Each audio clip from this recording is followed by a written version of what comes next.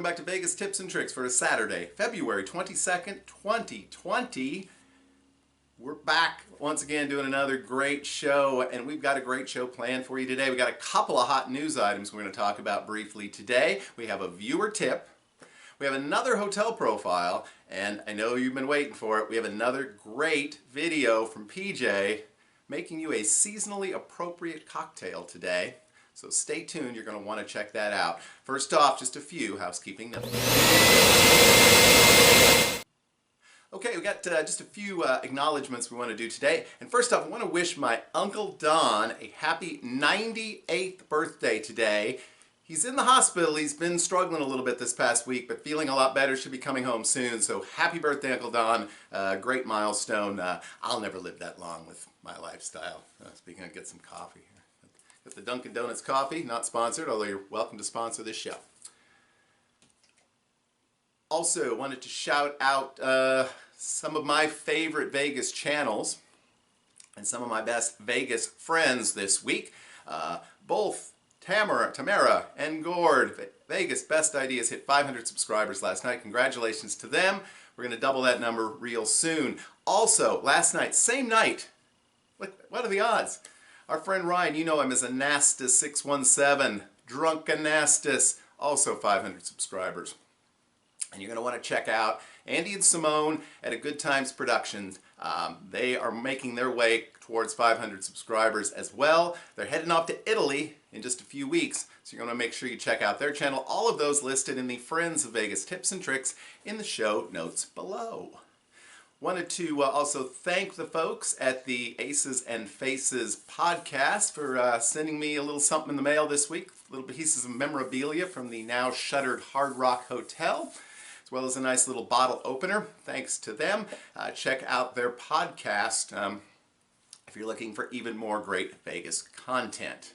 Before we get started with the news today, I always tell people that this show is much more entertaining after you've had a cocktail.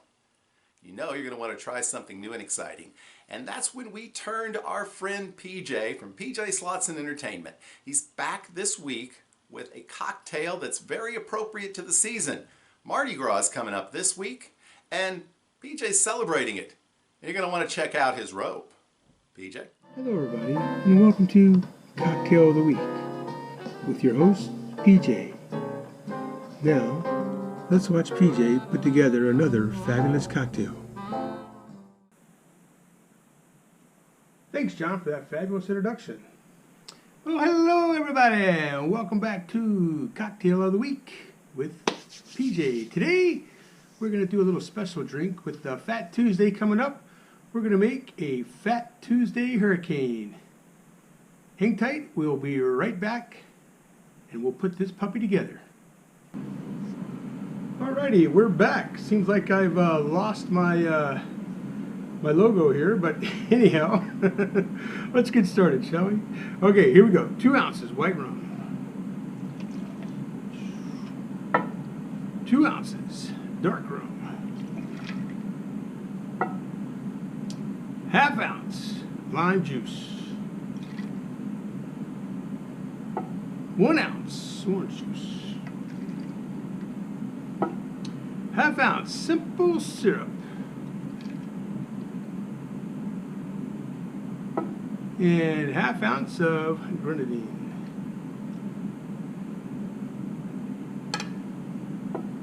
Got that in my ice shaker. And for those of you who are wondering how long you're supposed to shake, well, in a traditional shaker like this, you shake and shake. You'll feel this puppy starting to show up.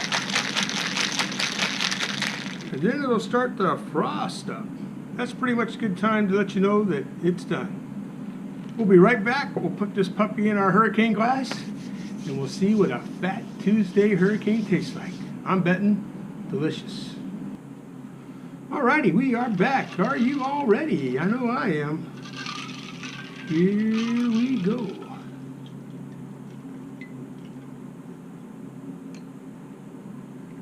Now some bars will pour the drink straight into the glass. I like mine shaken up. Alright, looks like we're going to have some bonus there for a shot. And if you like, garnish with a little cherry and an orange. Pop that puppy in there. Something like that. And ladies and gentlemen, there you go with a Fat Tuesday Hurricane. Happy Fat Tuesday, everybody. Let's see how this puppy tastes.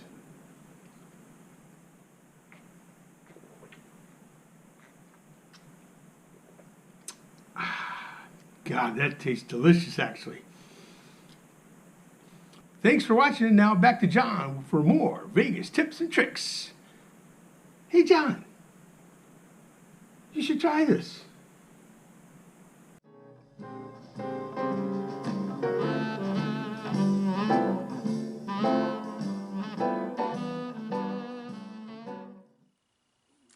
Okay, if you didn't pass out from the robe, we want to welcome you back. Hey, that looks like a great cocktail. Well, one of these weeks when he hands me a cocktail, I'm actually going to pull it out of the air like this and have the same cocktail. We haven't quite perfected that level of technology yet, but look for that in the future. And of course, look for another episode of Cocktail of the Week next week on the show. And you might need a cocktail for our news features for the week coming up next.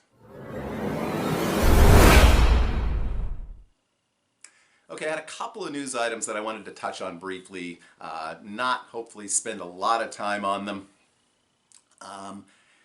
First one is kind of a serious issue, but maybe not as much as you have been led to believe. And that was the revelation this week that MGM Grand, or MGM Resorts, was hacked last year. And over 10 million people's personal information was exposed. Oh my God, you're freaking out, aren't you? Well, don't freak out too much. First of all, if you were one of the people who was exposed, you should have been notified already, way back in August, 6 months ago, because this happened last July. Secondly, while you never like to see your personal data exposed, it's not like this was financial data, credit card information, that kind of thing. That level of sensitivity is mostly like name, addresses, email addresses, phone numbers. Probably the most people who are most at risk were a number of high-profile individuals, celebrities, and for the rest of you, it's just a matter of keeping an eye on your credit history. There's ways to actually sort of freeze your credit if you're really concerned about someone possibly applying in your name.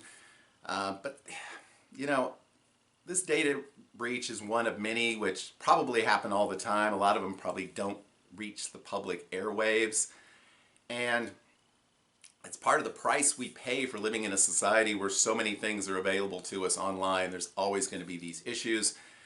The main thing is to keep an eye on your credit. If you're really concerned, you know, get one of these credit monitoring services that can, you know, mostly help you out with that.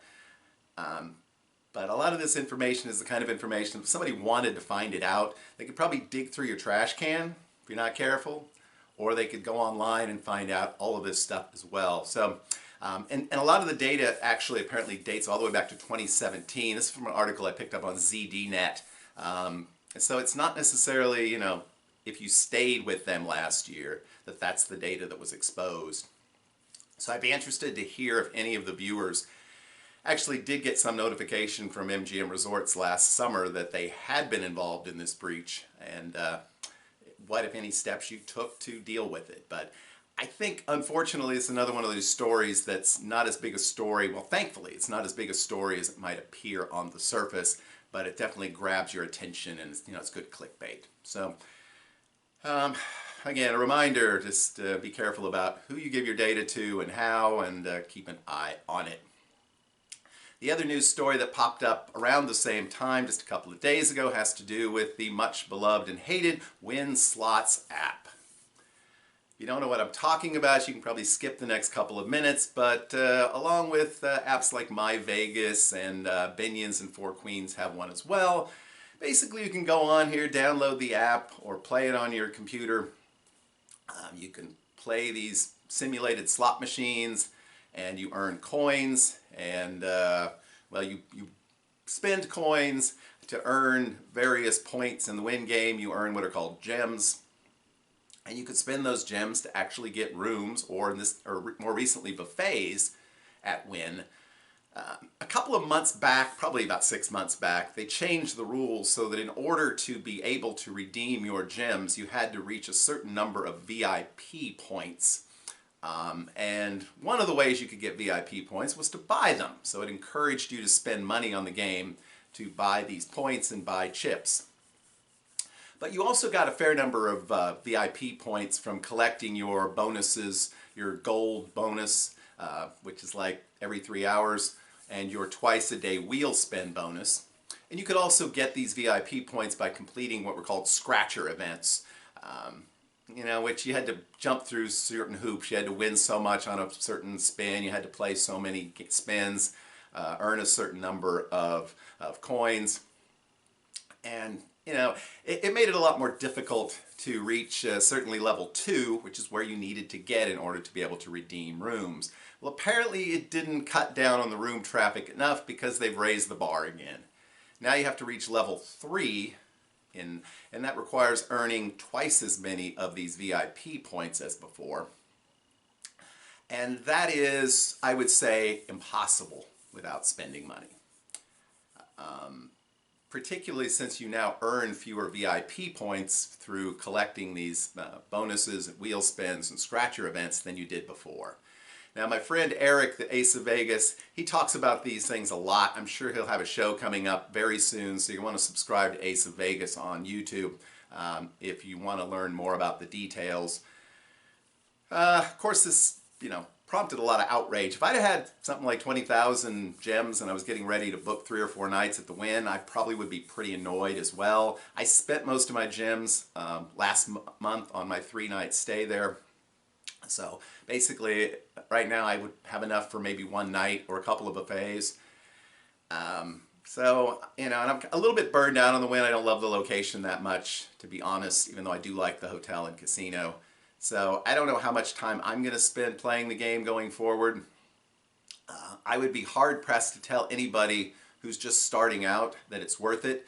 That being said, if you've earned a lot of gems, the cost of reaching level 3, even if it's $100, $200, is significantly less than you would have to pay for these hotel rooms if you paid the rack rate, which can sometimes be $200, $300 a night. So I'll probably keep playing, though not as diligently. And if I get to a point where I have enough gems and I want to redeem rooms, a few nights there, I'll probably pay what it requires me to pay to get to that level. But as with most of these games, when my Vegas first started, it was easier to get things than it is now.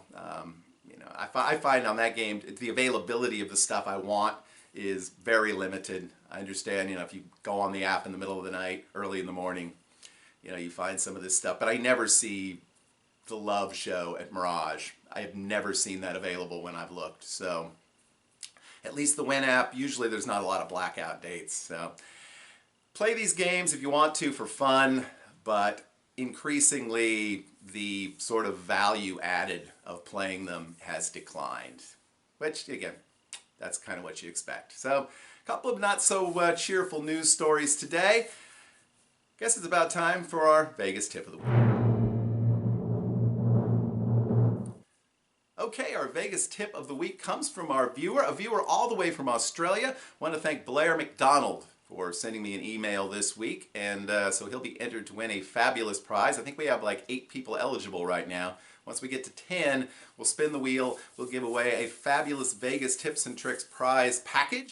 You're going to want to join us, and you can do that by emailing me at jrswift@vegastipstricks.com with your tip, and maybe you'll make it on the program.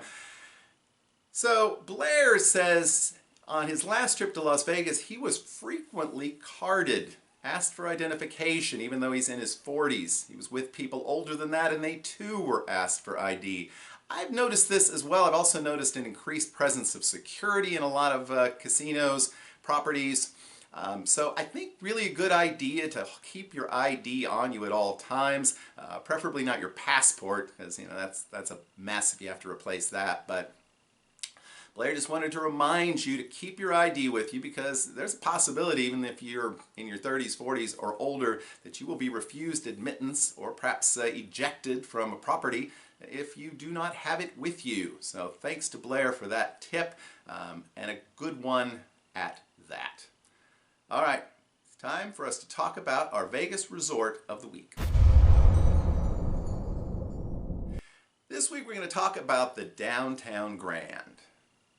The Downtown Grand, where's that? Well, it's not on Fremont Street, it's not on the Strip, but it's close to Fremont Street. It's just a block to the north on the corner of 3rd and Ogden. The Downtown Grand, built on the shell of the much beloved, at least by me, Lady Luck Casino, which closed down, probably now a good 10, 15 years ago. The Downtown Grand has been open probably for a half a dozen years, consists of 2, soon to be 3 hotel towers. They topped off the newest tower just within the last week or so.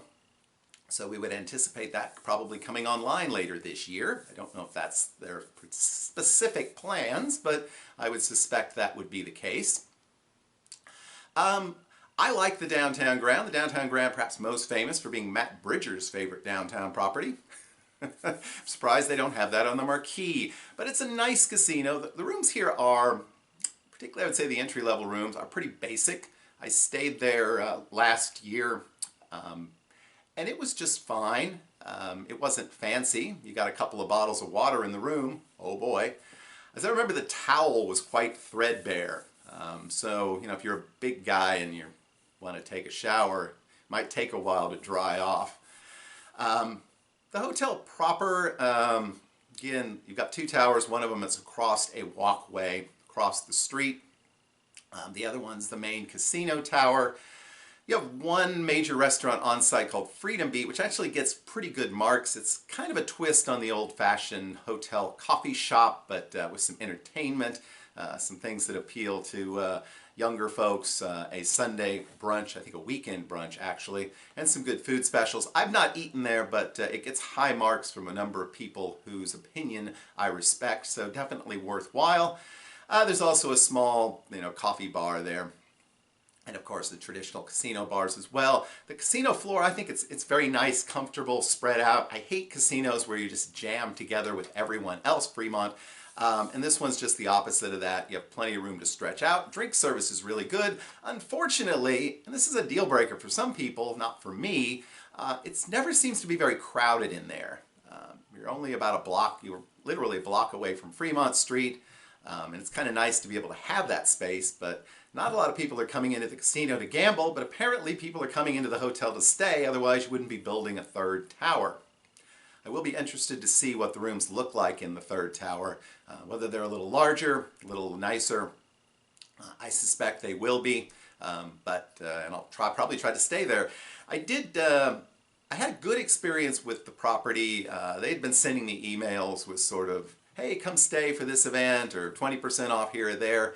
And I emailed one of the hosts and said, hey, what kind of a room rate would I be able to get for this night? And he actually comped me the night, which I thought was pretty cool. I played, I would say, a moderately heavy amount there. And since then, I've really only gotten like 20, 30% off rooms. I think because the hotel is doing pretty well, they're not quite as easy with the comps as some of the other downtown properties would be.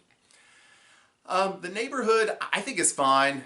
You occasionally see some sketchy people on the walk over from Fremont Street, but there's other things in the neighborhood. Right there across the street, you have the infamous Hogs and Heifers Bar, which is much beloved and hated.